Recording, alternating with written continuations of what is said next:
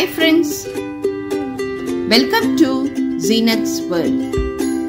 இன்னைக்கு நம்ம சேனல்ல நம்ம பண்ண போற ரெசிபி ஒரு ஹெல்த்தியான ரெசிபி தான். அதுதான் அதலக்காய் பொரியல். இந்த அதலக்காயை நிறைய பேர் கேள்விப்பட்டிருக்க மாட்டீங்க, ஆனா உடம்புக்கு அவ்வளோ நல்லது. இதெல்லாம் அந்த காலத்துல எல்லாரும் நிறைய சாப்பிட்டனால தான் உடம்பு நல்லா ஆரோக்கியமா இருக்காங்க. நான் இந்த அதலக்காவை ஒரு 250 கிராம் வாங்கியிருக்கேன். இதை நம்ம இந்த மேலே உள்ள காம்பையும் கீழே உள்ள காம்பையும் எடுத்து க்ளீன் பண்ணி வைக்கணும். நான் இப்போ இதை எல்லாத்தையும் நல்லா க்ளீன் பண்ணி நல்லா கழுவி வச்சிருக்கேன்.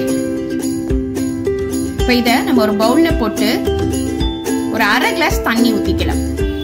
இப்போ நம்ம அடுப்பில் ஒரு 5 நிமிஷம் வேக விட்டா போதும். இது சீக்கிரம் வெந்துடும்.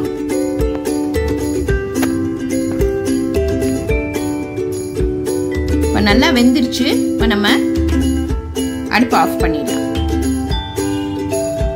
இப்போ இங்க பேன்ல 1 ஸ்பூன் ஆயில் ஊத்திக்கோங்க. ஆயில் நல்லா காஞ்ச உடனே 1 ஸ்பூன் கடுகு, 1 ஸ்பூன் உளுந்து, இது நல்லா ஃப்ரை ஆகட்டும். இப்போ அதில் காஞ்ச மிளகா 2 கிள்ளி போட்டுருங்க.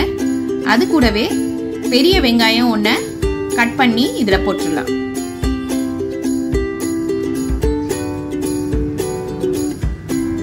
உப்பு தேவையான அளவு போட்டுக்கலாம்.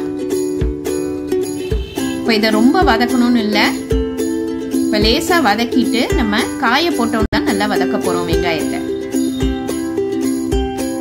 இப்போ நான் இங்கே அதலக்காவை தண்ணியை நல்லா ஸ்ட்ரெயின் பண்ணி வச்சுட்டேன்.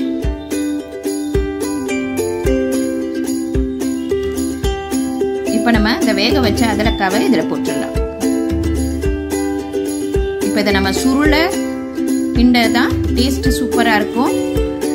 பாவக்காய் மாதிரி கசப்பா தான் இருக்கும், ஆனா உடம்புக்கு அவ்வளவு நல்லது.